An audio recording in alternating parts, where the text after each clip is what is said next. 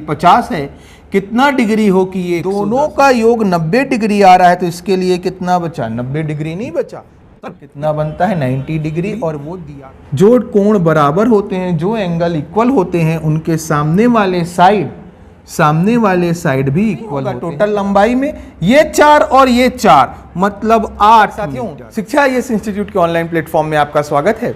अपन maths में छात्रावास अधीक्षक से रिलेटेड मैथ्स के क्वेश्चंस कर रहे हैं, जिसमें अपन का टारगेट है 25 में से 25 अंक। इसी के सिलसिले में एमसीक्यू नंबर 18 में हम लेके आए हैं मैथ्स का संपूर्ण पाठ्यक्रम पर।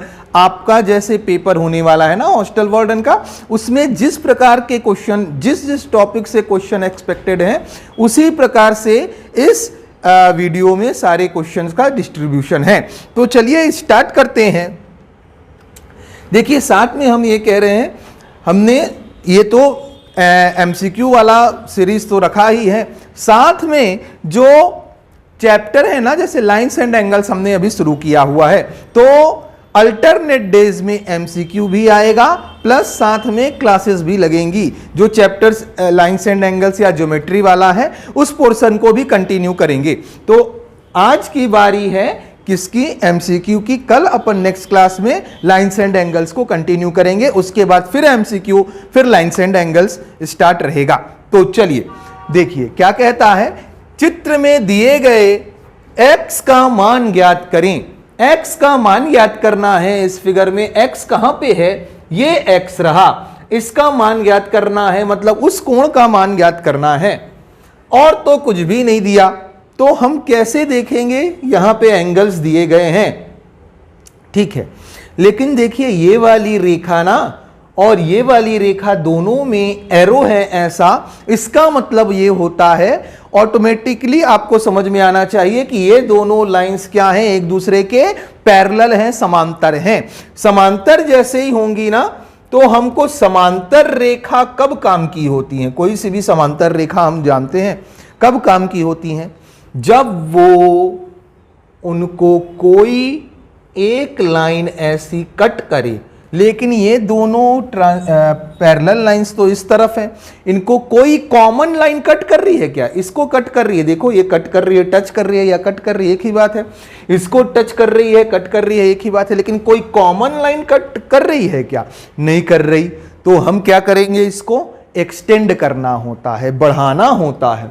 तो हम इसको बढ़ाते हैं। कैसे बढ़ाएंगे? ध्यान देना, ये बढ़ाने का प्रोसेस ऐसा होता है, हमेशा याद रखेंगे। आप देखते होंगे कहीं भी कोई भी टीचर पढ़ाते हैं तो इसको बढ़ा दिया, इसको बढ़ा दिया। क्यों उसको बढ़ाया भाई? क्यों हम उसको बढ़ाएं? उसी को क्यों बढ़ाएं? तो देखो ये दोनों पैरेलल हैं, तो इनको ही बढ़ाया जाएगा। कब तक बढ़ाया जाएगा? जब तक उनको कोई कॉमन लाइन कट ना करे। तो देखो इसको बढ़ाते हैं हम, ये बढ़ा दिया हमने इसको ऐसा, ठीक है सर, बहुत बढ़िया। अब ये लाइन को हम बढ़ा देते हैं, क्योंकि ये दोनों पैरेलल हैं, इसको कट करने के लिए यही लाइन होनी चाहिए, तो इस लाइन को बढ़ा देते हैं। ये वाली लाइन को हमने बढ़ा दिया। चलो, मतलब ये समझ में आया कि ये लाइन यहाँ पे टच कर रही हैं, एक दूसरे को कट कर रही हैं। जो हमारा मेन उद्देश्य था, एम था, वो पूरा हो गया।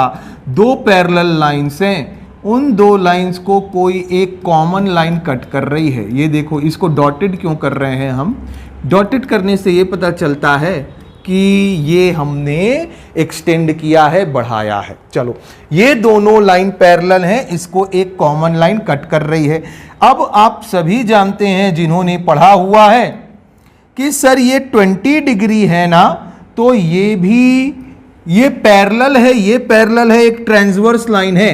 ये 20 डिग्री है, तो ये भी 20 डिग्री होगा, बिल्कुल 20 डिग्री होगा। जिन्होंने नहीं पढ़ा हुआ, वो लाइंस एंड एंगल्स का क्वेश्चन चैप्टर हम YouTube में करवा रहे हैं, जहां पे पहला पार्ट आया है, उसके बाद अगले पार्ट में क्वेश्चंस करवाएंगे। पहले पार्ट में सिर्फ कंसेप्ट कराया है।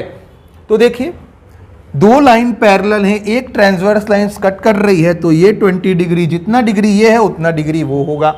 अब देखो, ये हमको ट्रायंगल दिख गया, ये ट्रायंगल दिख रहा है, इसके तीनों जो एंगल हैं अंदर के कोण, इंटीरियर एंगल का सम योग कितना होगा सर 180 होगा। इन दोनों का योग ही कितना हो गया 30 और 20 50। तो ये इसके लिए कितना बच गया 130 नहीं बच गया, इसके लिए 130 बच गया सर, सही बात है। अब देखो ये स्ट्रेट लाइन है तो ये 130 हो गया। टोटल स्ट्रेट लाइन के एक तरफ कितने होते हैं 180, ये 130 हो गया तो ये 50 नहीं हो जाएगा ये वाला। अब फिर ये त्रिभुज देखिए, ये त्रिभुज में ये 50 ये 80, टोटल कितना होना चाहिए 180, ये 50 और 80 कितना हो गया 130। तो सर ये कितना हो जाएगा सर, ये वाला हो जाएगा 50 डिग्री। क्यों 50 डिग्री हो जाएगा, तीनों का योग कितना होना चाहिए 180 होना चाहिए। अब देखो ये जो रेखाएं हैं एक दूसरे को कट कर रही हैं, तो वर्टिकली अपोजिट एंगल शीर्षा भी विमुख कोण, ये 50 डिग्री तो ये भी 50 डिग्री। अब बाह्य कोण का कंसेप्ट सीखा है ना आपने, बाह्य कोण त्रिभुज है, ये बाह्य कोण हो गया इसका, तो इस एंगल को छोड़ दो, बाकी दोनों का योग इसके बराबर होना चाहिए। 50 है, कितना डिग्री हो कि ये 110 हो जाए, तो x की वैल्यू क्या होगी 60 डिग्री होगी ना, तभी तो इन दोनों का योग इसके बराबर होगा। तो 60 डिग्री आंसर कितना आ गया सी, ऑप्शन सी 60 डिग्री। सर इसको ऐसा भी कर सकते थे, ये 110 है तो ये कितना निकल जाएगा सर, ये 110 है, टोटल 180 होता है तो ये 70 निकल आएगा।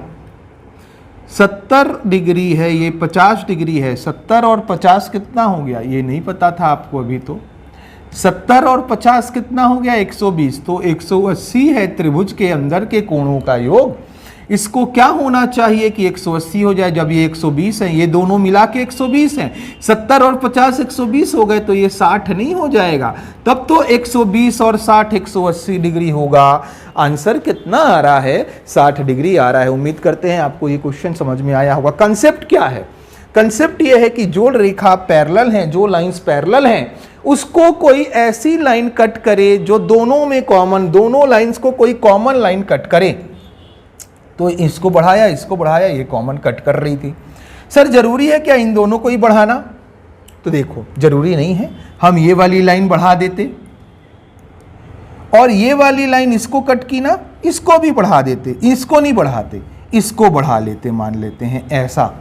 तो देखो ये लाइन तो इसको भी कट कर रही है, इसको भी कट कर रही है, हाँ या ना, तो दोनों को कट कर रही हैं। अब आप यहां से रिलेशन निकाल सकते थे सारे, ये कंसेप्ट आपको हर जगह यूज होगा। ये यहाँ पे कैसे लगाते, ये 30 है तो ये 30 हो जाता, तो ये कितना हो जाता, ये 30 था 50, 30 20 50, तो ये कितना हो जाता 50। अब देखो ये 50 है ना, तो ये 50 निकल गया क्योंकि दोनों पैरेलल हैं। ये 50 है तो ये 50 निकल गया। अब इसके आगे का तो आप जान रहे हैं कि कैसे करना है। उम्मीद करते हैं आपको सारी बातें समझ में आई होंगी। बॉटम लाइन क्या है, दो पैरेलल लाइंस तभी काम की हैं, दो पैरेलल लाइंस ये वाली और ये वाली तभी काम की हैं जब उनको कोई एक कॉमन रेखा, कॉमन लाइन कट करे।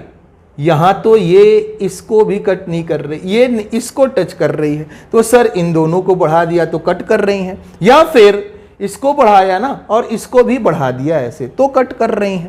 तो दोनों तरीके से आप बना सकते हैं, हमने दो तरीका बता दिया इसको सॉल्व करने का। चलिए नेक्स्ट क्वेश्चन देखिए। ये देखिए ये भी लाइंस एंड एंगल्स का है, ये क्वेश्चन भी सेम है। क्या कहता है, आकृति में DE और QR, ये DE है ये QR है, दोनों पैरेलल हैं, समांतर हैं कि साइन है। AP और BP क्रमशः EAB और RBA के समद्विभाजक हैं। AP and BP are bisectors of angle EAB and RBA।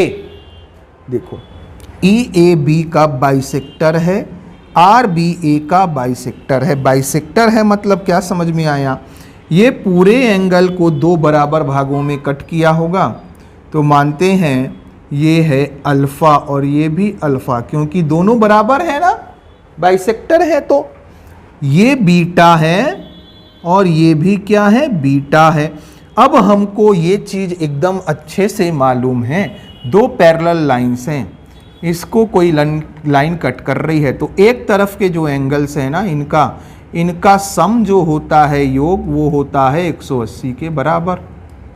मतलब 2 alpha plus 2 beta, 2 alpha plus 2 beta is equal to 180 degree. क्या बात है सर, 2 कॉमन ले लिया, डिवाइड कर देंगे, alpha plus beta is equal to 90 degree आ जाएगा। अल्फा प्लस बीटा 90 डिग्री हो गया तो ये वाले कोण कितने होंगे, इन दोनों का योग 90 डिग्री, तो ये 90 डिग्री नहीं हो जाएगा, वही तो पूछा है। APB कितना, कैसे सर, ये देखो इन दोनों का योग सम ना 90 डिग्री आ रहा है। त्रिभुज में टोटल कितने डिग्री होते हैं, 180, दोनों का योग 90 डिग्री आ रहा है, तो इसके लिए कितना बचा, 90 डिग्री नहीं बचा, तो ये 90 डिग्री हो जाएगा। आंसर कितना हो गया, APB निकालना है, APB कितना आया, 90 डिग्री, इसका राइट आंसर है। चलिए नेक्स्ट क्वेश्चन, ये देखिए बहुत ही मजेदार क्वेश्चन है, एकदम प्यार से समझेंगे। नीचे दिए गए चित्र में छायांकित क्षेत्र का क्षेत्रफल ज्ञात कीजिए। छायांकित क्षेत्रफल कौन सा है, ये वाला है, ये वाला ना छायांकित क्षेत्रफल है।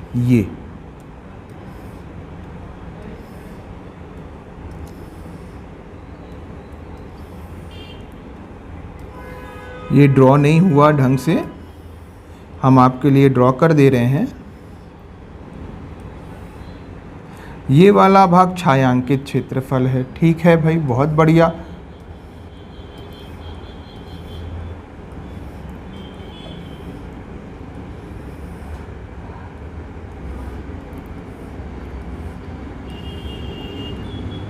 चलो कैसे निकाला जाएगा ये, बस ये सोचिए आप कैसे निकाला जा सकता है। तो सर ये 14 सेंटीमीटर है, ये भी 14 सेंटीमीटर है ना, ये स्क्वायर हो गया, वर्ग हो गया, क्योंकि दोनों साइड, चारों साइड, ये 14 तो ये भी 14, ये 14 तो ये भी 14, मतलब क्या बात समझ में आई, स्क्वायर हो गया, 14 का स्क्वायर, ये आपका क्या आ गया, इस रेक्टेंगल का। ये वाला निकालना है एरिया, मतलब ये वाला नहीं चाहिए, इसको घटाना पड़ेगा, बात तो ठीक है, लेकिन उसके डायमेंशन कहाँ दिए गए हैं, डायमेंशन तो दिए नहीं गए, डायमेंशन नहीं दिए गए, तो अब हम इसको मिटा देते हैं ताकि डायमेंशन जो लिखा हुआ है वो अच्छे से दिखे। चलो देखो, अब बड़े प्यार से समझने की कोशिश करना। देखो ये 3 सेंटीमीटर है, ये भी 3 सेंटीमीटर है, टोटल कितना सेंटीमीटर है, 14। 14 में 3 और 3 चला गया, मतलब 6 चला गया, तो बचा कितना, 8।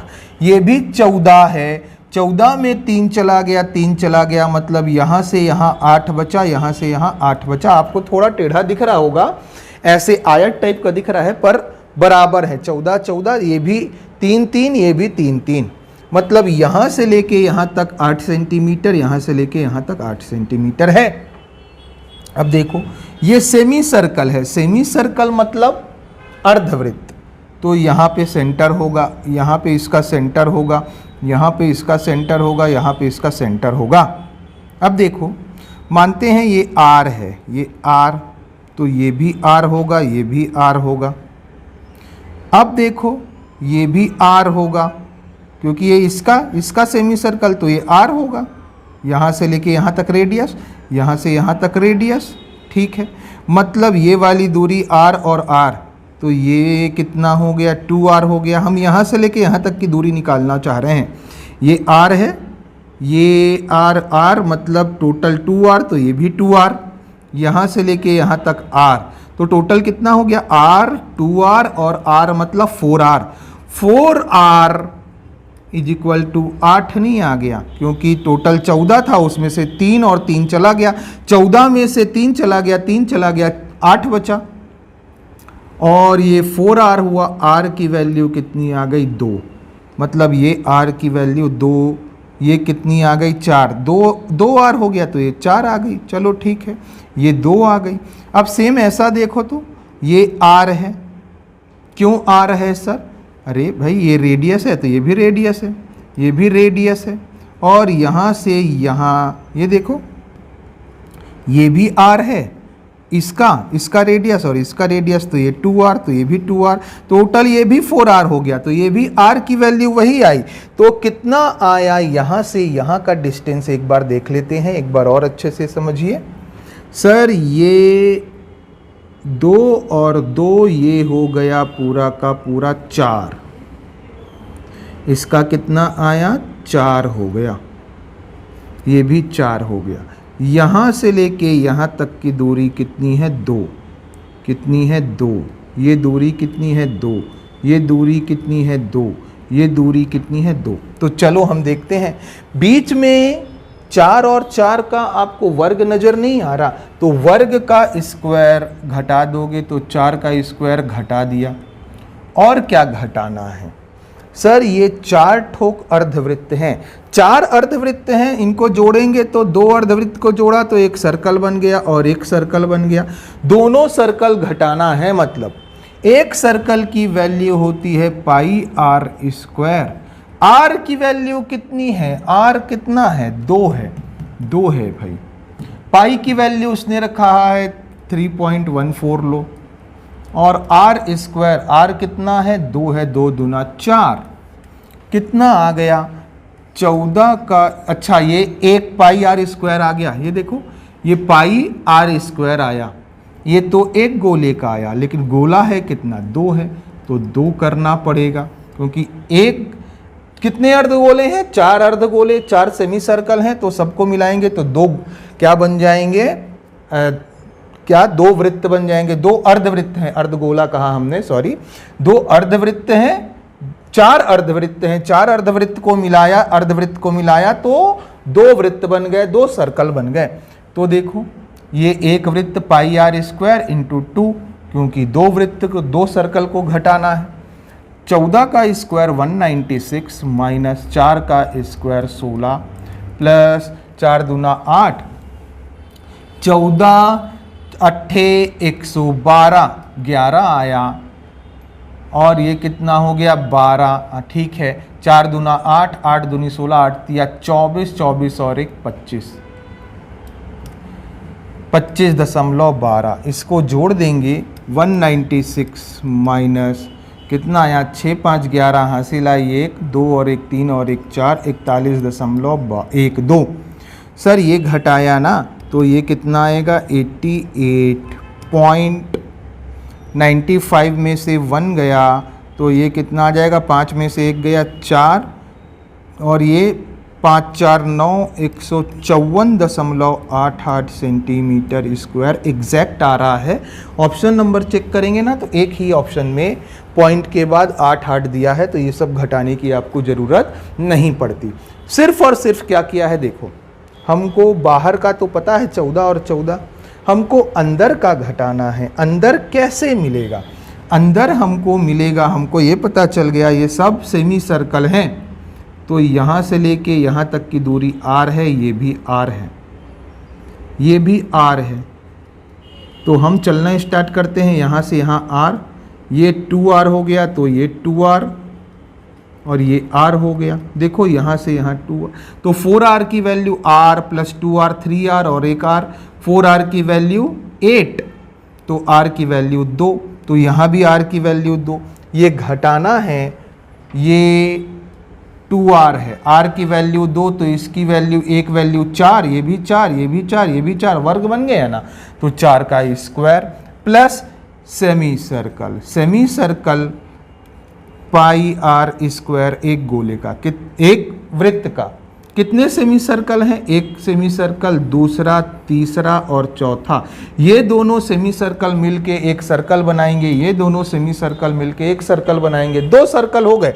तो पाई r स्क्वायर इंटू 2, पाई की वैल्यू तो 3.14 लेने के लिए कहा है, r की वैल्यू 2, तो 2 दूना 4, और ये 2 का 2, क्यों? क्योंकि 2 सर्कल हैं, फुल सर्कल 2 हैं, सेमी सर्कल तो 4 है, लेकिन फुल सर्कल 2 है। तो यहाँ से अपना आंसर आ गया। चलिए नेक्स्ट क्वेश्चन, ये देखिए बहुत इंपॉर्टेंट क्वेश्चन है, मज़ा आएगा आपको ऐसे क्वेश्चंस करने में। देखिए क्या कहता है वो ये कह रहा है कि वृत्त पर एक स्पर्श रेखा AB खींची गई है। वृत्त की स्पर्श रेखा है, वृत्त की त्रिज्या 2 सेंटीमीटर है। ये जो त्रिज्या है ना, ये 2 सेंटीमीटर है यहाँ से लेके यहाँ तक। आपको ये बात पता होनी चाहिए कि अगर ऐसे ना सर्कल है, सर्कल पे कोई स्पर्श रेखा है, टेंजेंट है ना, तो वृत्त के केंद्र से 90 डिग्री बनता है। ये एंगल कितना बनता है? 90 डिग्री, और वो दिया गया है, ये देखो 90 डिग्री है। दूसरा एंगल ये वाला, ये टेंजेंट को जो जोड़ रहा है, ये दिया गया है, इसको कहते हैं सेकेंड लाइन क्योंकि कट कर रही है। ये 45 डिग्री दिया गया है। अब ध्यान से देखना, ये 90 डिग्री है, ये 45 डिग्री है, तो ये भी 45 डिग्री नहीं हो जाएगा? हमको बताओ आप क्यों? सर हमको ये बात पता है, ट्रायंगल में ना, त्रिभुज में एक 90 डिग्री हो गया और एक 45 डिग्री है। टोटल कितना डिग्री होता है त्रिभुज का, ट्रायंगल का अंतःकोण का योग कितना होता है? इंटीरियर एंगल का सम। सर ये टोटल 180 हो जाता है। 90, 45, 135, इसके लिए कितना बचा? 45 डिग्री। तो ये 45 है तो ये भी 45 हो जाएगा। बहुत बढ़िया सर। अब ट्रायंगल का एक बहुत ही बढ़िया कंसेप्ट यूज होगा। कौन सा कंसेप्ट? दो भुजाएं, दो कोण बराबर हैं, दो कोण एंगल बराबर हैं। ये देखो, ये 45 है, ये भी 45 डिग्री है, ये दोनों बराबर हैं, ये 90 डिग्री है। तो इसके सामने वाली भुजा, सामने वाला साइड, और ये दो जो कोण बराबर है ना, जो दो कोण बराबर हैं उनके सामने वाली भुजा भी बराबर होती है। तो यहाँ से लेके यहाँ तक की लेंथ कितनी है? 2 सेंटीमीटर। तो यहाँ से लेके यहाँ तक की लेंथ, टेंजेंट की लेंथ, AB की लेंथ भी कितनी निकल आएगी? 2 सेंटीमीटर निकल आएगी। तो ये 2 सेंटीमीटर है ना, ये 2 सेंटीमीटर है, तो ये भी 2 सेंटीमीटर निकल आएगा। बहुत बढ़िया सर, मज़ा आ गया। अब देखो आपको क्या करना है, आपको इसका क्षेत्रफल निकालना है। कैसे निकाला जा सकता है? तो देखो आप ये निकाल लें, पहले आप ये निकाल लें, इसका क्षेत्रफल, इसका एरिया निकाल लें। इसका एरिया निकालने के बाद ना, ये त्रिभुज का एरिया निकाल लें, ये तो एकदम इजी है। इसका एरिया निकालने के बाद आपको क्या करना है, ये वाला एरिया माइनस कर दो। ये जो एरिया दिख रहा है इसको माइनस कर दो। ये कौन सा एरिया है? ये एरिया जो दिख रहा है इसको माइनस कर दो, तो ये वाला एरिया नहीं निकल आएगा। और ये एरिया है कौन सा? ध्यान से देखना सर, ये ना 45 डिग्री है। ये सेक्टर तो है, एरिया ऑफ सेक्टर। तो कैसे निकलेगा? पहले हम त्रिभुज का एरिया निकाल लेते हैं। इस त्रिभुज का एरिया, इस त्रिभुज का एरिया क्या निकलेगा? देखिए सर, ट्रायंगल है, 90 डिग्री है, तो राइट एंगल ट्रायंगल, तो 1/2 बेस इंटू हाइट, ये निकल आया। 2 से 2 कैंसल, माइनस इसका एरिया निकालेंगे, पाई के फॉर्म में है ना, तो पाई के फॉर्म में निकालते हैं। कितना डिग्री है ये? 45 डिग्री। थीटा की वैल्यू टोटल कितना होता है? 360 डिग्री इंटू पाई। आर कितना है? ये आर है कितना? वृत्त की त्रिज्या 2 सेंटीमीटर, तो 2 का स्क्वायर 4, ये आपका आ गया भाई। चलो देखो, 45 दूना 90, 90 दूना 180, 180 दूना, तो ये कितना बचा है यहाँ पे? 2 माइनस π/2। सिर्फ यही आपका सॉल्यूशन है। 2 minus π/2 centimetre square. Option number A आपका राइट आंसर है। याद रखेंगे, सिर्फ सॉल्यूशन इतना सा था। ये सब तो हमने आपको समझाया है कि ये कैसे बनाया जाएगा। बाकी सॉल्यूशन सिर्फ इतना सा ही है, एकदम थोड़ा सा। कंसेप्ट क्लियर होना चाहिए। कंसेप्ट क्या है? ये 45 डिग्री है तो ये 45 डिग्री। जो कोण बराबर होते हैं, जो एंगल इक्वल होते हैं, उनके सामने वाले साइड भी इक्वल होते हैं, बराबर होते हैं। चलिए नेक्स्ट क्वेश्चन पे आते हैं। नेक्स्ट क्वेश्चन क्या कहता है? दो संकेंद्रीय वृत्त, टू कॉन्सेंट्रिक सर्कल, दो कंसेंट्रिक सर्कल हैं। कंसेंट्रिक सर्कल क्या होती हैं? ऐसे सर्कल, एक छोटा हो और दूसरा बड़ा हो, जिनके केंद्र क्या हो? जिनके ना केंद्र मतलब सेंटर क्या हो? एक ही हो। जैसे कि ये सेंटर या सर्कल है तो क्या है भाई? देखो इसका केंद्र ये है, ये रेडियस हो गया। ये जो केंद्र है ना, ये जो सेंटर है ना, ये सेम है, मतलब इसका ये है। तो दोनों का सेंटर एक ही है, सेंटर दोनों का एक ही है। और क्या कहता है? जिनकी परिधियां क्रमशः 88 सेंटीमीटर और 132 सेंटीमीटर है। 88 सेंटीमीटर वाले की बात करते हैं तो देखो ये 88 सेंटीमीटर, 2 पाई आर, पाई की value 22/7, R is equal to 88, 22 दूना 44 दूना आर की वैल्यू कितनी आ गई? 7 इधर आया तो 14 सेंटीमीटर। ठीक है सर। अच्छा यदि हम कहें 132 वाले की क्या बात है तो 2 into 22/7 into R, capital R कर लेते हैं, बड़ा वाला है तो ये कितना है? 132। तो ये कितना आएगा? 22 दूना 44 और 7 तिया 21, 4 तिया 12, 4 तिया 12, तो 44 तिया आर की वैल्यू कितनी आ गई? 7 तिया 21। तो ये देखो ये 21 सेंटीमीटर आ गया और ये कितना आ गया? ये आपका आ गया 14 सेंटीमीटर। इतनी बात क्लियर है सर? बहुत बढ़िया। अब देखो आपको वो कहता है इनके बीच के जो क्षेत्रफल है ना, इनके बीच का जो एरिया है ना, आपको इसको फाइंड आउट करना है। ये वाला एरिया निकालो, ये कह रहा है। ये वाला जो एरिया है इसको निकालना है आपको, यही वाला नहीं, इसके बाहर का ये एरिया आपको फाइंड आउट करना है भाई। चलो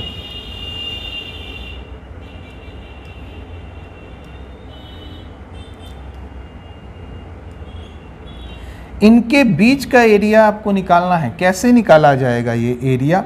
सर ये एरिया ना हम कैसे निकालेंगे? टोटल वाला जो सर्कल है, इस सर्कल में देखिए ये जो रेड वाला सर्कल था ना, रेड वाला सर्कल था ये बाहर का, इसमें हम क्या करेंगे?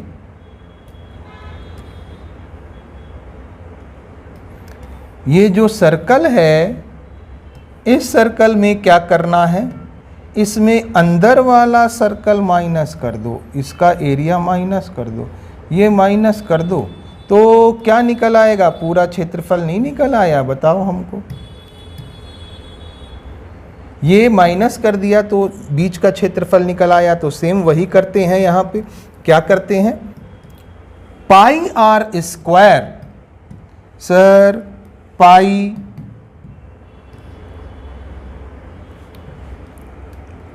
के फॉर्म में दिया है क्या? नहीं। तो 22/7 आर स्क्वायर मतलब 21 का स्क्वायर इंटू माइनस 22/7 तो कॉमन ले लिया क्योंकि यहां पे भी था, 14 स्क्वायर। चलो इसका स्क्वायर किया, pi R square minus pi R square. ठीक है भाई। 21 का स्क्वायर कितना? 441 माइनस 14 का स्क्वायर कितना हो जाएगा? 196। 22/7 दोनों का डिफरेंस, 4 और 1 5, ये कितना हो गया? 43। 13 में से 9 गया, 3 और 1 4, 3 हो गया। 3 में से 1 गया 2, 22/7, 7 या 21, 7 पंचे 35, कितना आया 35 दूना 70, 35 दूना 70, 770 आपका राइट आंसर है। बहुत बढ़िया, ऑप्शन नंबर बी आपका राइट आंसर है। एकदम इजी क्वेश्चन है, हो सकता है आपको डिफिकल्ट लग रहे हो पर ये बहुत इजी क्वेश्चंस हैं। आपको सिर्फ करेक्ट अप्रोच आनी चाहिए क्वेश्चन को सॉल्व करने की। चलिए नेक्स्ट क्वेश्चन देखते हैं। दो वर्गों के परिमाप 40 सेंटीमीटर और 24 सेंटीमीटर है। 40 सेंटीमीटर परिमाप है तो उस वर्ग का भुजा कितनी आ जाएगी, क्योंकि बड़ा है तो कैपिटल ए ले लिया तो 10 सेंटीमीटर। क्यों? क्योंकि 4a = 40 तो a = 10। स्मॉल a = कितना आ जाएगा, तो 4 पंचे 20, 4 छंग 24, 6 सेंटीमीटर। बहुत बढ़िया। तीसरे वर्ग जिसका क्षेत्रफल इन दोनों वर्गों के अंतर के बराबर है। तीसरा, इन दोनों वर्गों का अंतर, वर्गों के क्षेत्रफल का अंतर, क्षेत्रफल का अंतर कितना आएगा, capital A square minus A square.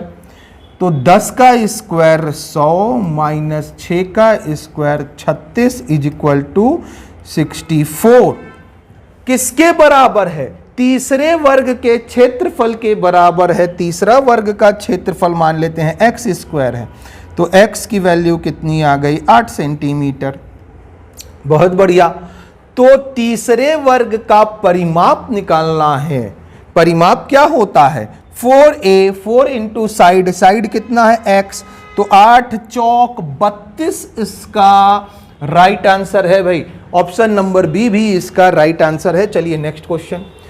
समद्विबाहु isosceles triangle के प्रत्येक समान भुजा की लंबाई 15 सेंटीमीटर है।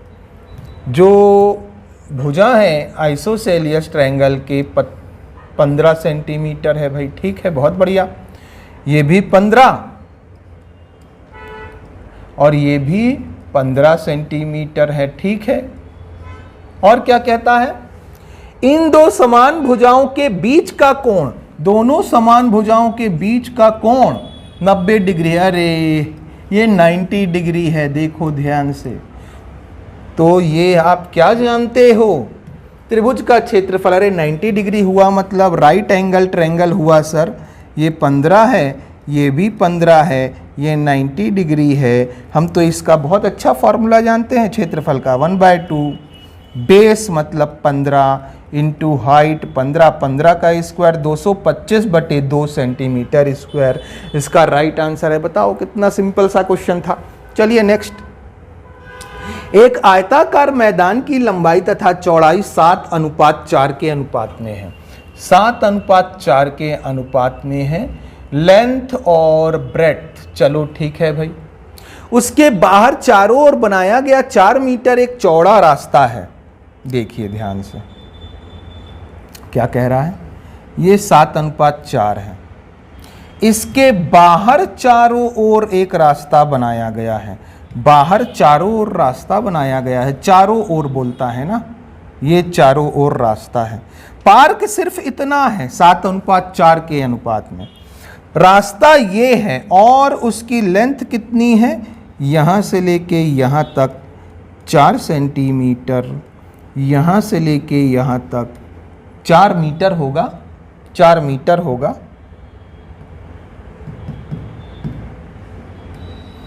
4 मीटर, 4 मीटर। ये भी कितना हो जाएगा भाई, क्योंकि रास्ता है तो 4 मीटर है सारा, ये रास्ता भी 4 मीटर हो जाएगा। बहुत बढ़िया सर, 4-4 मीटर के सारे रास्ते हो गए। अब देखो ध्यान से, ये लेंथ और ब्रेड्थ का ना क्या है, रेशियो है। तो हम ये नहीं कह सकते क्या लेंथ 7x है और ब्रेड्थ कितना x है, 4x। मतलब यहाँ से लेके यहाँ तक की लेंथ कितनी है, 7x।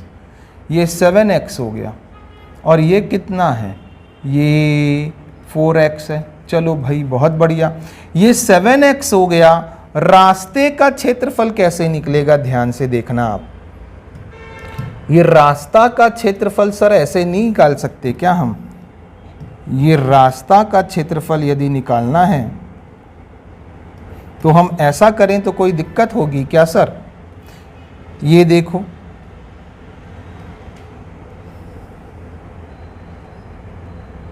ये पार्क है, आयता पार्क मैदान है। टोटल सबका निकाल लें इतने बड़े का, और उसमें क्या घटा दें हम? सर हम अंदर का घटा दें, ये अंदर वाला,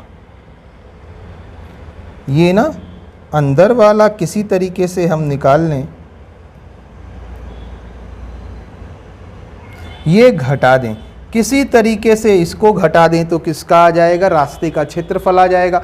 और यही कितना दिया है? 416। तो कैसे निकाला जाएगा भाई? बहुत बढ़िया, सिंपल सी बात ये है, ये पूरे का क्षेत्रफल निकालना है ना, तो इसकी लंबाई चाहिए।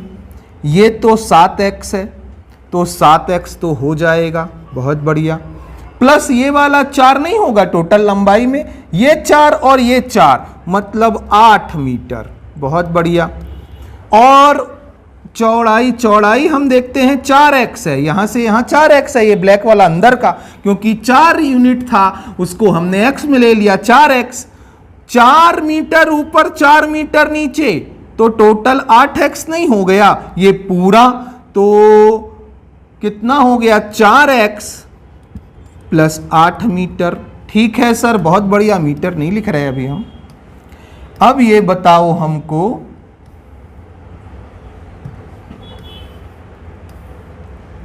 अब ये बताओ माइनस क्या करेंगे? सर माइनस कर लेंगे अंदर का, बोला है ना अंदर का। अंदर कितना है? 7x और 4x, minus 7x into 4x बराबर इसका एरिया आ जाएगा। ये किसका है? रास्ते का। रास्ते का एरिया दिया कितना गया है? 416 मीटर स्क्वायर। सर इसको सॉल्व करेंगे, 7 चौक 28 x square plus 7 अट्ठे 56 x 56x 8 चौक 32 x प्लस 8 अट्ठे 64, ये x नहीं आएगा क्योंकि यहाँ x है ही नहीं। माइनस 7 चौक 28x square is equal to 416, ये 28 x स्क्वायर कट गया, 6 2 8 5 3 8 88x, ये 64 इधर जाएगा तो ये कट जाएगा, माइनस हो जाएगा तो 2 आया। सर 11 में से 6 चला गया 5 और ये 3 आया। 11 अट्ठे 88, 11 तिया 33, 11 दूना 22, 8 चौक 32, x की वैल्यू कितनी आ गई? 4।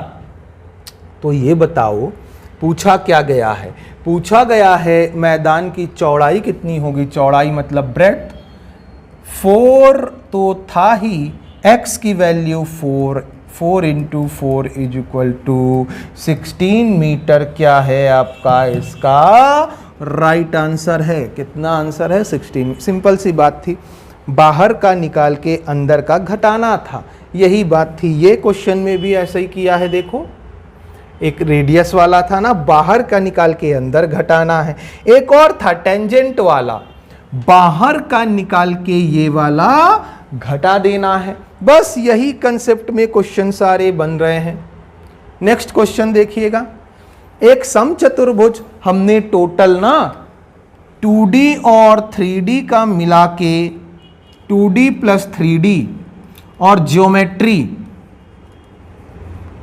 ये मिला के इसमें 15 क्वेश्चन दिए हैं। क्यों दिए हैं? क्योंकि सबसे ज़्यादा बड़ा चंक इसी का है, आपके हॉस्टल वार्डन के एग्जाम में सबसे ज़्यादा क्वेश्चन इसी से आने वाले हैं। 15 क्वेश्चन तो नहीं, पर 12 से 13 क्वेश्चन तो आप एक्सपेक्ट कर सकते हैं कि 12 से 13 क्वेश्चन ना कहाँ से आएंगे? ज्योमेट्री से, 2D से, 3D से, लाइन्स एंड एंगल्स हो गया, ये सारे से। तो हमने 15 क्वेश्चन दिए हैं, अभी तक 8 क्वेश्चन का सॉल्यूशन कराया है। चलिए देखिए क्या क्वेश्चन कह रहा है। एक समचतुर्भुज, समचतुर्भुज मतलब रोम्बस का परिमाप 40 सेंटीमीटर है और एक कोण का माप 60 डिग्री है। पहले रोम्बस बना लेते हैं। रोम्बस ऐसा नहीं होता,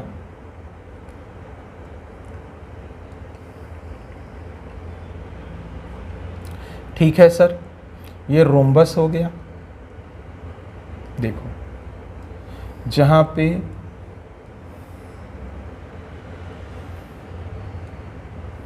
ये हो गया, बहुत बढ़िया सर।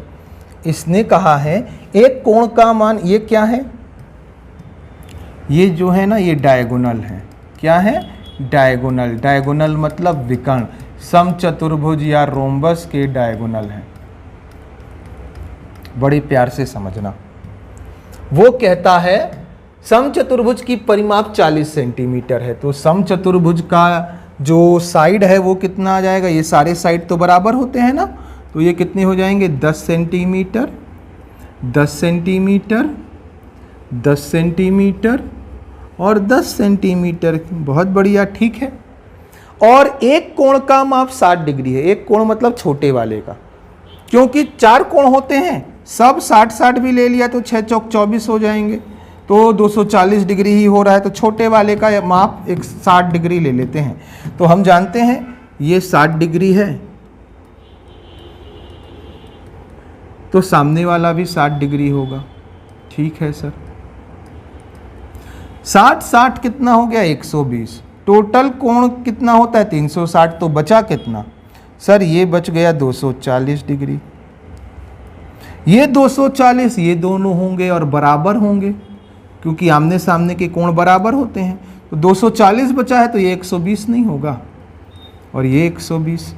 जब 120 टोटल हो जाएंगे और उसके बीच से ऐसा गया है, तो ये वाला कोण 60 डिग्री नहीं हो जाएगा, और ये भी 60 डिग्री नहीं हो जाएगा। दोनों 60-60 डिग्री, ये भी 60 डिग्री, ये भी 60 डिग्री। तो ये बताओ, ये त्रिभुज दिख रहा है एक, इसमें 60-60-60, तो ये 10 तो ये भी 10 नहीं हो जाएगा। मतलब D1 कितना आ गया 10 सेंटीमीटर। हमको क्या निकालना है, क्षेत्रफल। क्षेत्रफल क्या होता है, इसका क्षेत्रफल होता है 1/2 D1 इंटू D2। D1 निकल आया, D2 निकालते हैं, D2 निकालते हैं। D2 क्या है, यहाँ से लेके यहाँ तक की पूरी लंबाई। हम इस त्रिभुज में देखें, ये इक्विलेटरल ट्रायंगल हो गया। इक्विलेटरल ट्रायंगल में हाइट कितनी होती है, ये हाइट, क्योंकि जितना इक्विलेटरल ट्रायंगल ये भी है, ये भी है, इसी को डबल कर देंगे तो ये D2 निकल आएगा। हाइट कितनी होती है, √3/2a। a कितना है 10, तो यहां से यहां की वैल्यू इतनी आ गई। इसी का डबल तो ये है ना, तो D2 क्या है, हाइट का डबल, मतलब इसका डबल। 2 से 2 कट गया तो कितना आया 10√3। D1 हमने निकाल लिया 10 सेंटीमीटर, और निकाल लिया D2 कितना 10√3। 2 से 2 कट गया, 5 टाइम्स 10 5 50√3 सेंटीमीटर इसका राइट आंसर है। Centimetre square, centimetre centimetre centimetre square हो जाएगा। उम्मीद करते हैं ये कंसेप्ट भी आपको समझ में आया होगा। बड़ा मजेदार कंसेप्ट था। कौन सा था, एंगल से ये क्वेश्चन बना है, ये एंगल के कारण, ये एंगल के कारण देखो, ये 60 डिग्री तो ये भी 60 डिग्री। हम देखें बाकी कितना है, 240 बच गया, 240 में 120 तो 60-60 में डिवाइड होगा, 60-60 में डिवाइड होगा। ऐसे करके ये क्वेश्चन बना है। बड़ा ही कंसेप्चुअल क्वेश्चन है, अच्छे से इसको सॉल्व करेंगे भाई। चलिए नेक्स्ट। हमने कोई भी टाइप नहीं छोड़ा, स्क्वायर किया, स्क्वायर करने के बाद पैरेललोग्राम, रोम्बस किया है, पैरेललोग्राम कर रहे हैं, सर्कल के साथ कॉम्बिनेशन में टेंजेंट वाला सर्कल का कर लिया। सारे टाइप आपके एमसीक्यू में कवर होंगे, आप टेंशन मत लें। जिन बच्चों ने एमसीक्यू जिन्होंने पढ़ा नहीं है वो क्या करेंगे, हमारे ये लेक्चर्स तो अटेंड करेंगे ही, साथ में जो क्लासेस लग रही हैं, क्लास एक अल्टरनेट में लगेगा हमने कहा है, तो क्लास को भी अटेंड करते जाएंगे। चलिए, समांतर चतुर्भुज का क्षेत्रफल इतना है यदि उसकी ऊंचाई संगत आधार की दुगनी है। ऊंचाई क्या है, आधार की दोगुनी, आधार का दोगुना ऊंचाई है, ये कहता है। हाइट क्या है? आधार की दुगुनी, ठीक है। तो इसका आधार है, हमको पता है एरिया समानांतर चतुर्भुज का पैरेललोग्राम का क्या होता है, देखो ध्यान से, A इंटू एच ये एरिया हो जाता है, कितना दिया है? 338 सेंटीमीटर स्क्वायर। क्यों ऐसा हो जाता है? आधार गुणित ऊंचाई, बेस इंटू हाइट। देखो हाइट को क्या कहता है वो? 2a है, आधार का दोगुना ऊंचाई है, तो आधार का दोगुना ऊंचाई है 338 मीटर स्क्वायर। इसको कटाएंगे ना तो कितना आएगा? 16 दूना 32, 1 दूनिया ए स्क्वायर इज इक्वल टू इतना मीटर स्क्वायर, तो ए इज इक्वल टू 13 मीटर। ये क्या है? इसका आधार है। आधार कितना निकल गया? 13 मीटर निकल गया। उम्मीद करते हैं ये बात भी आपको समझ में आई होगी। चलिए नेक्स्ट क्वेश्चन देखते हैं। हाँ भाई देखो, बहुत ही मज़ेदार क्वेश्चन है। हमने कहा ना 15 क्वेश्चन हैं, उसमें से एक भी टाइप नहीं बचा। सारे टाइप इन सेशन में हमने रखे हैं, पूरे क्वेश्चन में एमसीक्यू वाइज में। चलिए देखिए, अच्छे से ध्यान से पढ़ेंगे। दी गई आकृति में ABCD एक वर्ग है। ABCD एक वर्ग है। ABCD की भुजाओं के केंद्र बिंदुओं को जोड़कर ये ABCD का केंद्र है को जोड़कर EFG बनाया गया है। EFG बनाया गया है, तो ध्यान रखो, ये मान लो x है, ये भी x है, तो ये x√2 नहीं हो जाएगा, ये EF, क्योंकि हम जानते हैं पाइथागोरस थ्योरम से a है, तो ये a√2, तो ये x√2, ये भी x था, ये भी x था, क्योंकि मिड पॉइंट है, टोटल 2x, तो x तो सब है, तो ये भी x√2 हो जाएगा, ये वाला, ये भी x√2 हो जाएगा, ये भी x√2 हो जाएगा।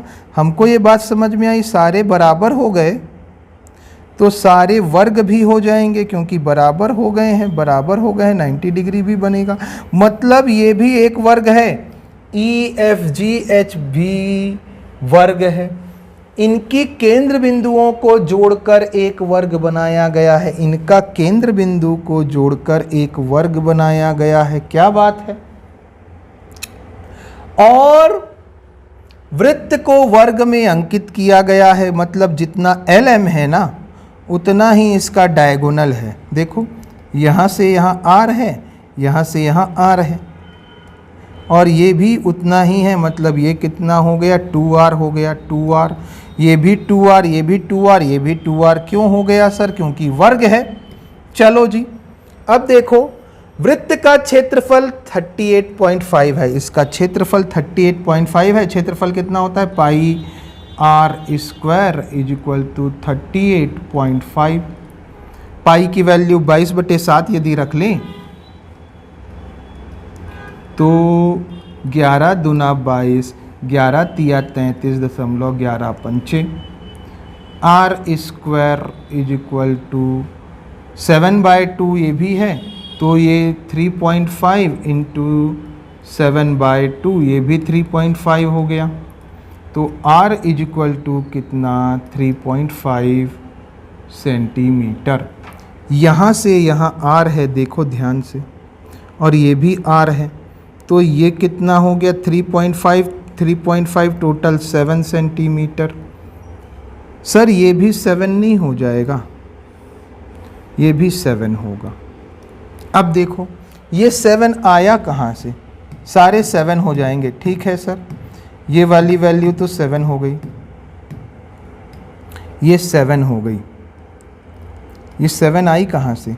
ये इसका आपको ये त्रिभुज देखो, इस त्रिभुज में ये 7 है और ये दोनों बराबर हैं, मानते हैं ये A है, तो ये कितना निकल जाएगा सर? A√2। A की वैल्यू कितनी आ गई? 7/√2। A कहाँ से कहाँ तक है? ये यहाँ से यहाँ, मतलब ये वाली वैल्यू A है, तो ये भी a होगी, ऑब्वियस सी बात है। तो ये टोटल कितना हो गया 2a, 2a की वैल्यू कितनी हो जाएगी, 2 का गुणा कर देंगे। ये 2a क्या है, ये है x रखा था ना, तो ये x√2 के बराबर नहीं है, x√2 के बराबर नहीं है। तो x√2 की वैल्यू कितनी आ गई, ये वाली x√2 है, इसकी वैल्यू कितनी आ गई, x√2 is equal to 7/√2 into 2। ये देखो x की वैल्यू क्या आ जाएगी, 7/√2, ये वाला इंटू √2 इंटू ये वाला 2, √2 2 हो गया, 2 से 2 कैंसल, x की वैल्यू कितनी, यहाँ से यहाँ कितनी आ गई 7, लेकिन ये 7 है तो ये भी तो 7 होगा, क्योंकि ये इसका मिड पॉइंट है, के दोनों के केंद्र हैं, भुजाओं का केंद्र, मतलब ये 7 तो ये भी 7, 7 7 कितना हो गया 14। ए बी कितना निकल आया 14, तो बी सी भी 14, ये सारे वर्ग कितने निकल आए, इसका वर्ग का भुजा 14 निकल आई। तो ए बी सी डी का क्षेत्रफल पूछा है, तो इसका क्षेत्रफल कितना हो जाएगा, 14 का स्क्वायर 196 इसका क्षेत्रफल है। भाई बड़ा शानदार क्वेश्चन है, एकदम इसको आराम से प्यार से बनाइएगा। नहीं समझ में आया ना, तो एक बार और रिवाइंड करेंगे और अच्छे से देखेंगे। नेक्स्ट क्वेश्चन, लोहे के 3 ठोस घन जिनकी भुजाएं 4 सेंटीमीटर, 5 सेंटीमीटर तथा 6 सेंटीमीटर की हैं, एक साथ पिघलाकर एक नए घन में ढाले गए हैं। इस प्रक्रिया में खराब प्रबंधन के कारण 62 सेंटीमीटर क्यूब पिघली हुई धातु गुम गई। तो देखो ये ठोस घन है, इसका कितना है साइड 4 सेंटीमीटर, तो वॉल्यूम कितना हो जाएगा, पहले घन का वॉल्यूम A1 क्यूब कितना निकल आया, 4 का cube 64 centimetre cube, A2 cube कितना निकल आया, 5 का क्यूब वॉल्यूम 125 सेंटीमीटर क्यूब, तीसरे का क्या निकल आया A3 का 216 सेंटीमीटर क्यूब, तीनों को जोड़ दिया तो कितना आया 5 4 9 6 15, हासिल आई 1, 6 2 8 9 10, हासिल आई 1, 405 सेंटीमीटर क्यूब। इसको पिघला दिया गया। क्यों क्यूब निकाले हैं, क्यूब क्यों किया है, क्योंकि देखो किसी को भी पिघलाओगे तो उसका जितना वॉल्यूम है उतना ही दूसरे में ढालोगे ना तो उतना ही आएगा। अब चलो ठीक है, इतना पिघली धातु गुम हो गई, इतना इसमें से गुम हो गई 62 सेंटीमीटर क्यूब, 62 घटाया 5 में 2 गया 3, और 60 में 6 गया, 40 में 6 गया 34। ये किसी घन की, ठोस घन का वॉल्यूम होगा, क्योंकि तीनों घन को छोटे छोटे को पिघला दिया, बड़ा घन बनाया, ये गुम हो गया तो इतना बचा। बड़े घन का ए क्यूब का ये वॉल्यूम है, तो कैपिटल ए की वैल्यू कितनी आ गई, इसका क्यूब रूट कितना हो जाता है 343 का 7 सेंटीमीटर। नए बने घन का कुल पृष्ठीय क्षेत्रफल, कुल पृष्ठीय क्षेत्रफल क्या होता है 6a स्क्वायर, 6 की वैल्यू 6 होगी, a स्क्वायर 7 7 49, 5 छक्का 300 में 6 घटा दिया 294, आपका राइट आंसर है भाई। चलिए उम्मीद करते हैं ये बात समझ में आई होगी। क्यूब क्यों किया, देखो इसको हम पिघलाएंगे ना तो इसमें जितना वॉल्यूम है, कुछ किसी चीज़ में ढाला तो जितना पानी इसमें आ रहा है उतना ही पानी आएगा। मान लो इसको पिघला के हम बड़ा बॉल बना लिए तो जितना पानी इसके अंदर आ गया है ना उतना ही पानी उसमें भी आएगा। तो वॉल्यूम समान होता है, किसी में भी आप उसको कन्वर्ट कर लो, वॉल्यूम समान होता है। तो इसको बना दिया तो इसका वॉल्यूम, इसका वॉल्यूम, इसका वॉल्यूम सबको जोड़ दिया नया क्यूब में। लेकिन इतना नया क्यूब नहीं है, इतना गुम हो गया, तो नया क्यूब का वॉल्यूम इतना आया, तो उसका क्या बोलते हैं, साइड कितना आ जाएगा, 7 सेंटीमीटर। चलिए नेक्स्ट, 10 मीटर, 8 मीटर, 6 मीटर माप वाले आयताकार टैंक जिसके ऊपर 1 मीटर के व्यास का वृत्ताकार छेद हो, ऐसे टैंक को बनाने के लिए लोहे की कितनी चादर की आवश्यकता होगी। देखो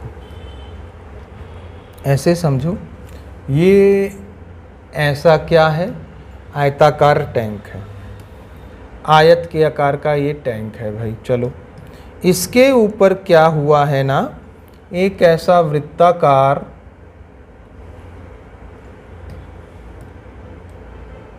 छेद है, वृत्त के आकार का छेद है। क्यों भाई, उसमें से पानी कुछ उसमें डालेंगे इसलिए वहां पे छेद है।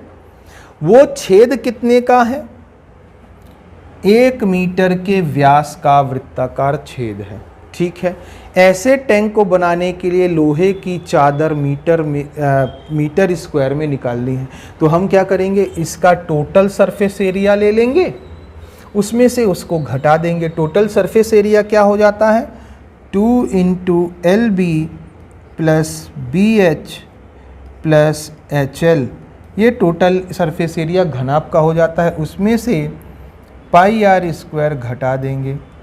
चलो भाई बहुत बढ़िया, 2 की वैल्यू 2, LB कितना आया, 10 × 80 प्लस 8 × 48 प्लस 10 × 60 माइनस पाई मतलब 22/7। अब देखो ध्यान से, 1 मीटर का व्यास है, व्यास कितना है, 1 मीटर। अच्छा, circular opening of radius 1 metre लिखा है, इसको व्यास को 1 मीटर के त्रिज्या का त्रिज्या कर लो। यहाँ पे रेडियस लिखा है ना, तो रेडियस ही करते हैं। रेडियस कितना है, 1 है, तो 1 का स्क्वायर 1 हो जाएगा। ठीक है, चलो अब इसको सॉल्व करते हैं। 22/7 की वैल्यू कितनी होती है, 3.14। इसको सॉल्व करते हैं, 80 8 6 14, 14 140 में से 48 जोड़ लिया गया तो कितना आ गया, 188 × 2, 8 दूनी 16, 18 दूना 36 और 1 37 में से 3.14 घटा दिया गया। जैसे ये घटाया गया ना, ये कितना आ गया, 86, और ये कितना आ गया, 5 में से 3 गया 2, 372.86। आपको दशमलव के एक स्थान तक सही बताना है, तो 372.9। ये क्या है, लगभग देखो एकदम इसके नज़दीक आंसर कौन सा है, 372.9। तो आंसर कितना आएगा, 372.9 का। इसको ध्यान रखेंगे, circular opening of radius 1 metre बोला है, रेडियस बोला है, यहाँ पे गलती से व्यास लिखा गया होगा, उसको त्रिज्या, व्यास को त्रिज्या कर लेंगे। चलिए नेक्स्ट क्वेश्चन, 2 बेलनों के आधार की त्रिज्याओं का अनुपात इतना है और उनकी ऊंचाइयों का अनुपात यह है, तो उनके आयतनों का संगत अनुपात क्या है। आपको आयतनों का अनुपात निकालना है, किसके, बेलनों के। वो बेलन का कितना होता है, πr² H1 πr² H2, पाई से पाई कैंसल, R1 R2 का रेशियो कितना है, त्रिज्याओं का अनुपात 3:4, तो 3 तिया 9 बटे 4 चौक 16। H1 H2 का कितना है, 4:9, 4:9 से 9 कैंसल, 4 एकम 4, 4 चौक 16, 1:4। इसका राइट आंसर है भाई। चलिए नेक्स्ट क्वेश्चन करेंगे। 15वां क्वेश्चन है, एक लंबवृत्तीय शंकु के आधार और ऊंचाई को दुगना कर दिया गया है। Radius of the base and height of the right circular, शंकु के आधार की त्रिज्या लिखिए। इसको थोड़ा सा हिंदी में ना दिक्कत हुआ होगा, आधार की त्रिज्या और ऊंचाई को दुगना कर दिया गया है। अब देखो, आधार था त्रिज्या ये, इसको 2 गुना कर दिया गया और ऊंचाई को भी 2 गुना कर दिया गया, ऊंचाई को 2 गुना कर दिया गया। तो शंकु का आयतन क्या होगा? तो हम जानते हैं आयतन क्या होता है।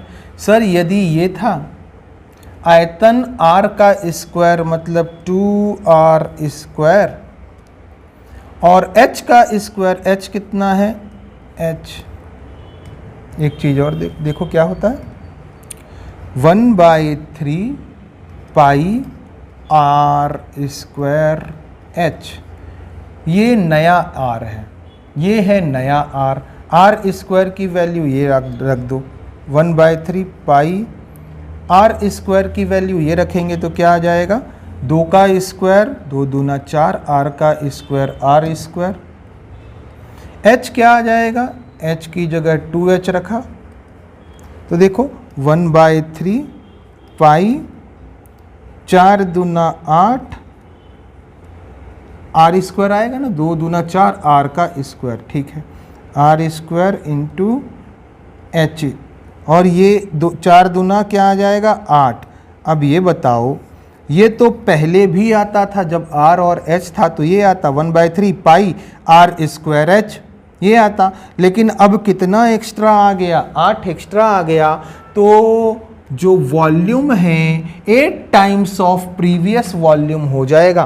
पहले का वॉल्यूम ये था 1/3 पाई r स्क्वायर h, जब r ऐसा था h ऐसा था तो क्या आता 1/3 पाई r का स्क्वायर और h पहले का वॉल्यूम ये था ना, उसका कितना गुना हो गया 8 गुना। तो आंसर कौन सा आना चाहिए, ऑप्शन नंबर ए इसका राइट आंसर है। चलिए भाई अब देखिए आपके 15 क्वेश्चन हो गए ना, 16वां क्वेश्चन स्टार्ट हुआ है। हमने कहा था इसमें आपको क्या 15 क्वेश्चन क्या मिलेंगे 2D 3D ज्योमेट्री से मिलेंगे, वो क्वेश्चंस हो गए। अब इसके बाद बाकी का सिलेबस को ओपन करते हैं। 10 क्वेश्चन इसमें से रखा है हमने। 2 संख्याओं का एलसीएम इतना है और एचसीएफ इतना है। एक संख्या इतनी हो, हम जानते हैं पहली संख्या इंटू दूसरी संख्या बराबर एलसीएम इंटू एचसीएफ। पहली संख्या 130 तो दूसरी संख्या निकालनी है जब एलसीएम कितना दिया है 26 और एचसीएफ दिया है 1820। 0 से 0 कैंसिल, 13 दूना 26, कितना आ गया 18 दूना 36, 2 दूना 4, तो कितना आ गया 364 आपका राइट आंसर है भाई। चलिए नेक्स्ट क्वेश्चन देखेंगे। गणित की 84 पुस्तकों, भौतिकी की 90 पुस्तकों और रसायन शास्त्र की 120 पुस्तकों की विषयवार ढेरियां लगाई जानी है। प्रत्येक ढेरी में कितनी पुस्तकें हों जिससे ढेरी की ऊंचाई भी एक समान हो। तो आपको क्या निकालना है, इनका HCF निकालना है भाई। क्या निकालना है, HCF निकालना है। तो चलो 84, 90 और 120 का HCF निकालो, कितना आएगा 2 से कटेगा, 2 चौक और 2 दूना और 45 और HCF तो पता चल जा रहा है 6 आ रहा है पर हम बताते जा रहे हैं 60। 3 से कट जाएगा, 3 एकम 3, 3 चौक 12, 15 तिया 45, 20 हाँ या ना। कितना आया HCF, सर HCF आ गया 3 दूना 6 आपका HCF आ गया। तो आंसर क्या आना है, HCF आना है। चलिए उम्मीद करते हैं आपको ये बात समझ में आई होगी। नेक्स्ट क्वेश्चन पढ़ें भाई।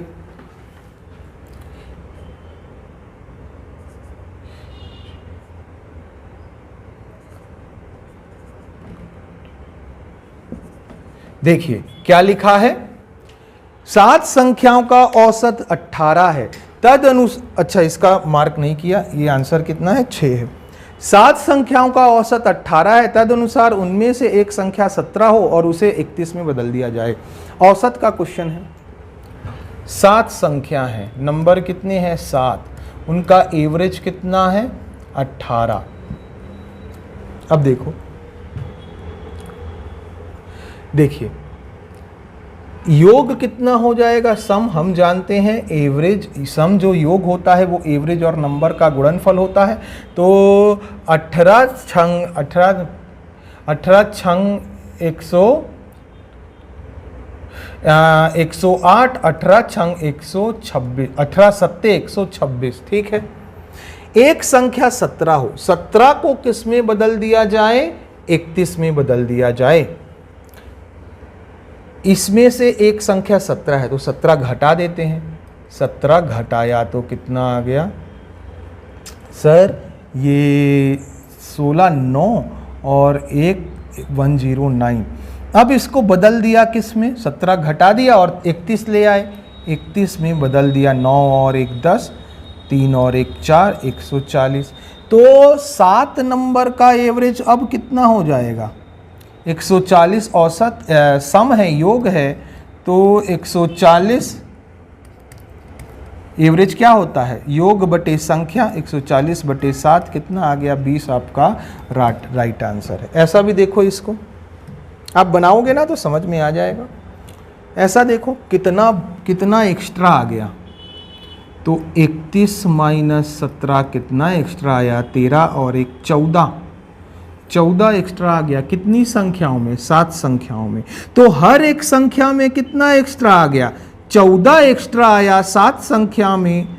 7 संख्या में 14, तो एक संख्या में 7 दूनी 14 नहीं हो जाएगा? एक संख्या में 2, तो 7 संख्या में कितना? 14। एक संख्या में 2, टोटल औसत कितना था? 18। सब में 2 बढ़ गया, 2 बढ़ गया तो 18 से 2 बढ़ गया तो कितना हो गया? 20 हो गया। चलिए नेक्स्ट क्वेश्चन भाई। एक भिन्न के अंश में 20% की वृद्धि कर दी गई।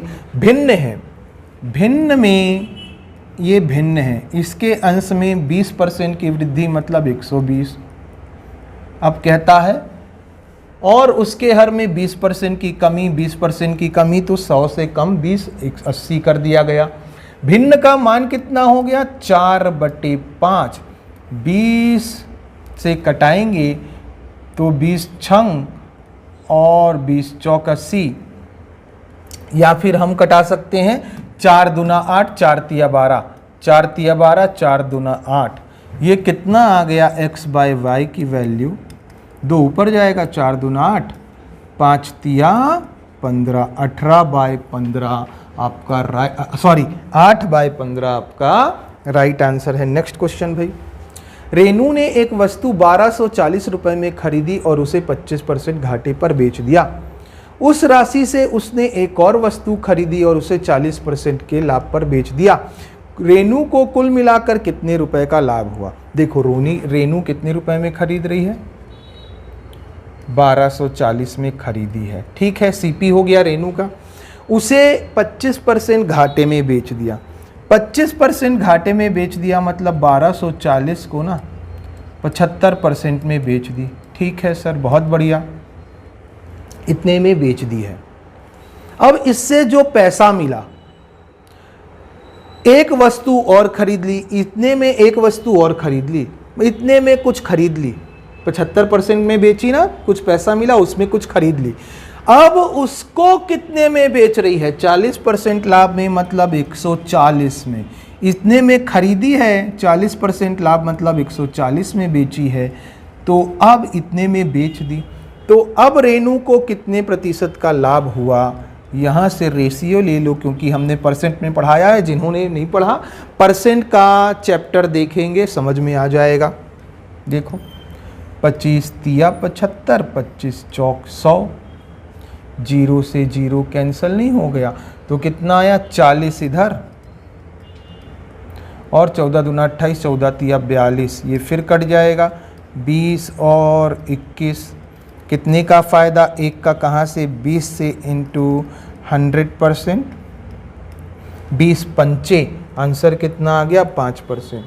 चलिए, उम्मीद करते हैं ये बात समझ में आई होगी। जिसने नहीं पढ़ा है वो रेशियो, परसेंट और प्रॉफिट लॉस का हमारे ही YouTube चैनल में MCQ हमने हॉस्टल वार्डन का ही कराया है, उसको अच्छे से एक बार कर लेंगे। चलिए नेक्स्ट क्वेश्चन देखते हैं। दुकानदार ने एक वस्तु को इतने % के छूट देने के बाद इतने रुपए में बेचा, उसमें से 10% की हानि हो गई। 10% की हानि हुई तो कितने में बेचा होगा? 10% की हानि तो 10 की वस्तु को 9 में नहीं बेचा होगा, 10% की हानि हो गई। और उसमें छूट भी तो दिया है उसने, एमआरपी में छूट दिया है कितना, 24.5%। इसको सॉल्व करेंगे, 24 दूना 48 और एक 49/200, क्योंकि परसेंट का डबल जीरो। 200 में 49 की छूट, 200 में 49/200 आता है ना, तो नीचे वाला क्या होता है, एमआरपी, और ऊपर वाला छूट। 200 में 49 की छूट, 200 में 49 की छूट, तो बेचा कितने में होगा, 151 में। चलो इसका रेशियो कितना आ गया, 1510, 151 गुणित 9 और 200 गुणित 9। अब देखो आपने बेचा कितने रुपए में है, इतने यूनिट में, 151 गुणित 9 यूनिट में, और वहाँ पे बेचा कितने रुपए में है, 1510 रुपए में ना। 151 दाहम 9 यूनिट की वैल्यू 10 रुपए नहीं आ गई, तो वो कहता है यदि उसने बिना छूट दिए बेचा होता, मतलब इतने रुपए में ही बेच देता, 9 दूनी 1800 में, तो पूछता है कि कितने का लाभ हुआ होता, कितने रुपए का लाभ हुआ होता। 9 यूनिट की वैल्यू 10 रुपया है, तो कितने का लाभ होता, 1510 से मान लो कितने का लाभ होता भाई। सर ये लाभ हुआ होता 90 का, और 17 हो गया, तो ये 290 का, 290 यूनिट का। 9 यूनिट की वैल्यू ये, 1 यूनिट की वैल्यू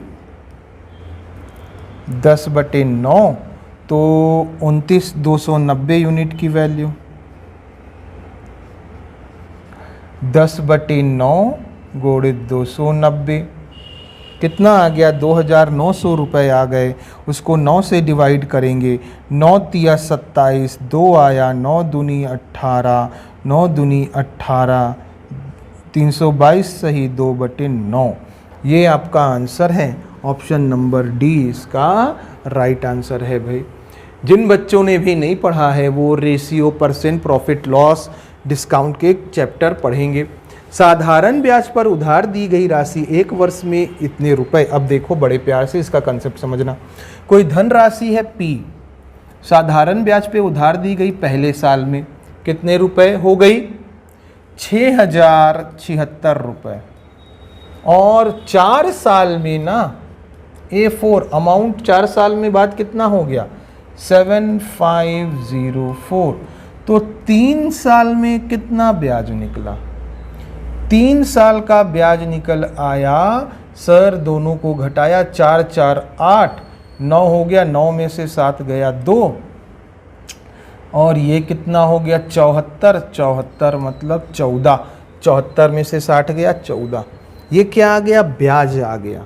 कितने साल का, 3 साल का ब्याज है, नहीं है, यहाँ से यहाँ 1 साल का ब्याज नहीं लगा, तो 3 साल का ब्याज इतना है, 1 साल का ब्याज क्या होगा, SI कितना होगा, 3 चौक 12, 2 3 7 21, 3 पंचे 15, 3 छंग 18। मतलब यहाँ से यहाँ ना 476 का ब्याज लग गया, 476 का ब्याज लग गया। प्रिंसिपल में 476 रुपए जुड़े होंगे, हाँ या ना, तो 476 जुड़े होंगे तब तो इतने हो रहे हैं, तो ये कितना होगा सर, ये 476 चलेगा, डबल जीरो, 400 घटा दिया, 5600 नहीं रहा होगा, प्रिंसिपल 5600 रहा होगा। मतलब कि आपके ये दोनों ऑप्शन तो एलिमिनेट हो गए। बहुत बढ़िया।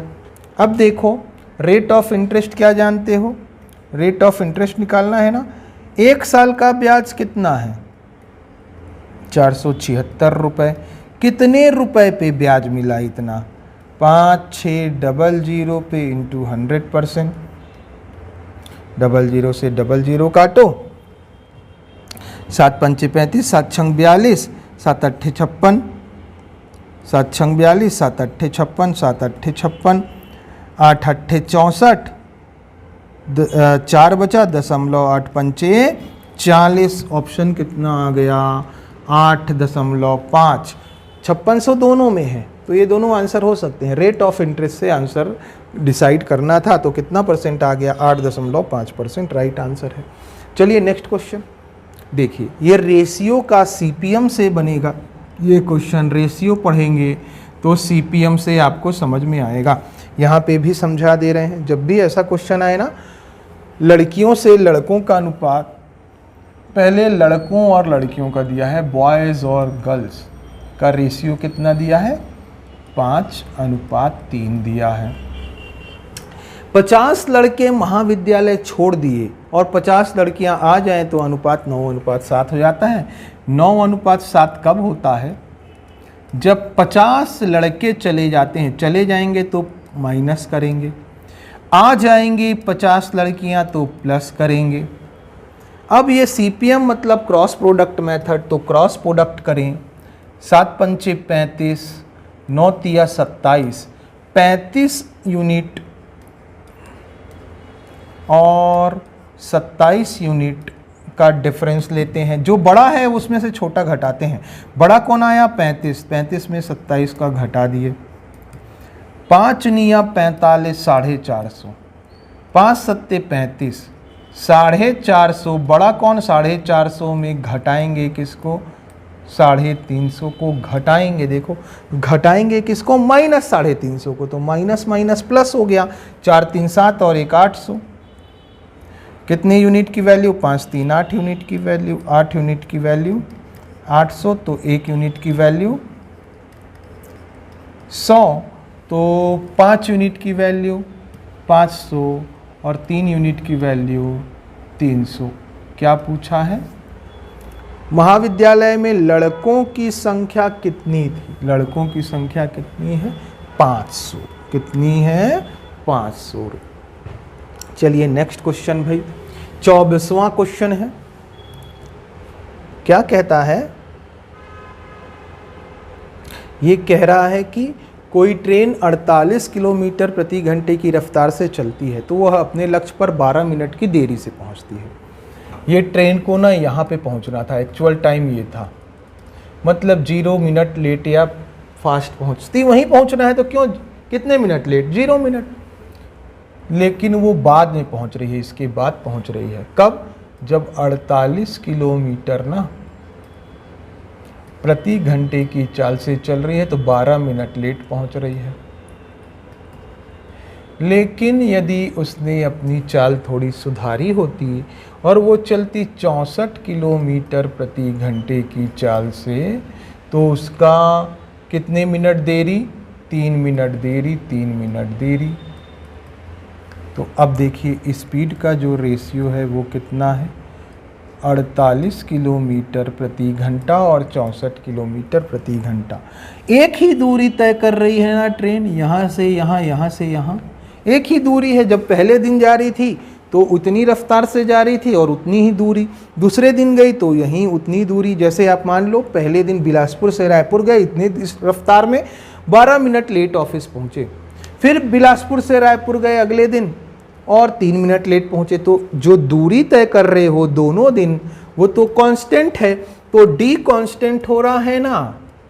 क्या कांस्टेंट हो रहा है, डी कांस्टेंट हो रहा है, तो टाइम का जो रेशियो है वो चेंज हो जाता है। 64 और 48 दोनों चेंज हो जाएंगे। इसको कटा लो, इनको नहीं कटाते, बाद वाले को कटाते हैं, हमने बताया है।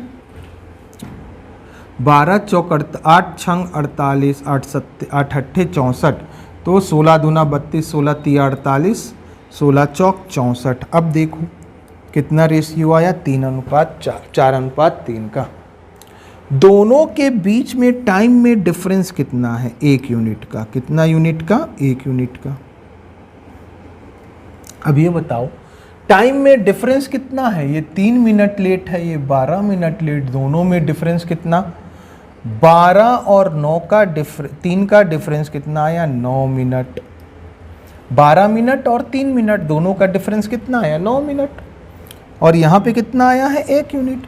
1 यूनिट की वैल्यू 9 मिनट, तो 4 यूनिट की वैल्यू 9 चौक 36 मिनट और 3 मिनट की वैल्यू 9 तिया 27 मिनट। हाँ या ना। अब देखो ध्यान से, वो कहता है कि ट्रेन कितने मिनटों में अपनी यात्रा पूरी करेगी। राइट टाइम, सही टाइम, ट्रेन कितने मिनटों में सही समय पर अपनी यात्रा पूरी करेगी। सही समय निकालना है। 36 मिनट में पहुंच रहा था ना, तो 12 मिनट लेट पहुंचा, 12 लेट पहुंचा, 12 लेट पहुंचा, 12 लेट पहुंच गया, मतलब 12 मिनट पहले पहुंचना था। 12 मिनट पहले पहुंचना था तो कितने मिनट में पहुंचना था? 24 मिनट में। या फिर 3 मिनट लेट पहुंचा है, 3 मिनट लेट पहुंचा है, 3 मिनट पहले पहुंचना था तो कितने मिनट में पहुंचना था? 24 मिनट में। दोनों से आंसर वही आ रहा है। आंसर कितना आएगा? 24 मिनट में उसे वह दूरी तय करनी थी। अरे 36 मिनट निकाल लिया, उसमें से 12 घटा दिया क्योंकि इतना लेट पहुंच रहा था। चलो नेक्स्ट क्वेश्चन है, और आज का लास्ट क्वेश्चन 25वां क्वेश्चन मिशन 25 के अंतर्गत क्या है भाई? 2 रेलगाड़ियां जिनकी लंबाइयां क्रमशः 105 मीटर तथा 90 मीटर हैं, विपरीत दिशा में 45 किलोमीटर घंटे तथा 72 किलोमीटर घंटे की चाल से समांतर पटरियों पर चल रही हैं। एक पटरी ये है, दूसरी पटरी ये है। इधर से एक गाड़ी आ रही है, इधर से एक गाड़ी आ रही है, विपरीत दिशा में चल रही है। विपरीत दिशा में जब भी ट्रेन चलती है तो हम जानते हैं स्पीड जुड़ जाती है ना, तो 72 और एक 45 दोनों का योग कितना आ गया? 5 2 7 और 7 4 11 किलोमीटर प्रति घंटा। लेकिन मीटर पर सेकंड में क्या करेंगे? 5/18 मीटर पर सेकंड कर लेंगे। किलोमीटर प्रति घंटा था, उसको चेंज कर लिया। हम जानते हैं speed is equal to distance upon time. Speed ये है, डिस्टेंस कितना है? डिस्टेंस दोनों का क्या हो जाएगा? 105 मीटर और 90 मीटर दोनों जुड़ जाएंगे, क्योंकि डिस्टेंस तो दोनों का लेंथ जुड़ जाता है। 105 और 90 कितना हो गया? 195 मीटर। बहुत बढ़िया सर। टाइम निकालना है। मीटर से मीटर सबसे पहले कैंसिल कर दो। 9 दूनी 18, 9 एकम 9, 9 तिया 27, 5 तिया 15, 5 निया 45, 13 दूना 26, 13 तिया 39। टी इधर आया, 2 सेकेंड उधर जाएगा, इधर 3 है, 3 दूना 6 सेकेंड। आंसर कितना आ गया? 6 सेकेंड में ना दोनों ट्रेन एक दूसरे को ओवरटेक कर लेंगी, पार कर लेंगी। उम्मीद करते हैं ये सारे 25 के 25 क्वेश्चन आपको समझ में आए होंगे। इसके साथ साथ जो क्लास हम कराते जा रहे हैं, रेगुलर वीडियो आएगा हर रोज जब तक आपका एग्जाम नहीं हो जाता। रेगुलर वीडियो करेंगे जहाँ पे MCQ प्लस साथ में साथ क्या करेंगे? चैप्टर को भी, सारे चैप्टर को पढ़ते जाएंगे। जो प्लेलिस्ट है उसमें से बाकी चैप्टर्स को आप पढ़िए। चलिए, मैथ्स और रीजनिंग की क्लास हमारे यहाँ शिक्षा IAS इंस्टीट्यूट में स्टार्ट हो गई है। यदि आप मैथ्स और रीजनिंग पढ़ना चाहते हैं तो 15 जुलाई यानी कि कल से मैथ्स और रीजनिंग स्टार्ट हुआ है, जिसमें 3 क्लास में 3 बैच में मैथ्स और रीजनिंग पढ़ाई जा रही है। और इसी सोमवार से यानी 15 तारीख से ही हॉस्टल वार्डन का क्रैश कोर्स चालू हुआ है, इसको भी आप अटेंड कर सकते हैं। साथ ही साथ हॉस्टल वार्डन की टेस्ट सीरीज के लिए 16 टेस्ट शिक्षा IAS इंस्टीट्यूट ने आपके लिए खास डिज़ाइन किया है, जिसमें 8 टेस्ट तो आपके मॉड्यूल वाइज होंगे और 8 टेस्ट आपके होने वाले हैं मेगा टेस्ट सीरीज। इसकी फीस सिर्फ 499 रुपये है। यदि ऑनलाइन करना चाहते हैं तो 199 रुपये में आपको हमारे ऐप में, जो कि शिक्षा IAS इंस्टीट्यूट के नाम से है, इसे डाउनलोड कर सकते हैं। QR कोड ये रहा। यदि आपको क्लास की PDF चाहिए तो शिक्षा IAS इंस्टीट्यूट का टेलीग्राम चैनल ज्वाइन कीजिए। चलिए, कल मिलते हैं नेक्स्ट सेशन में, जहां पे हमने बताया लाइंस एंड एंगल्स के जो भी क्वेश्चन हमने शुरुआत में करवाए ना, उसकी पूरी थ्योरी करवा दी है, उसके क्वेश्चंस को सॉल्व करेंगे। नेक्स्ट सेशन में मिलते हैं, तब तक के लिए धन्यवाद।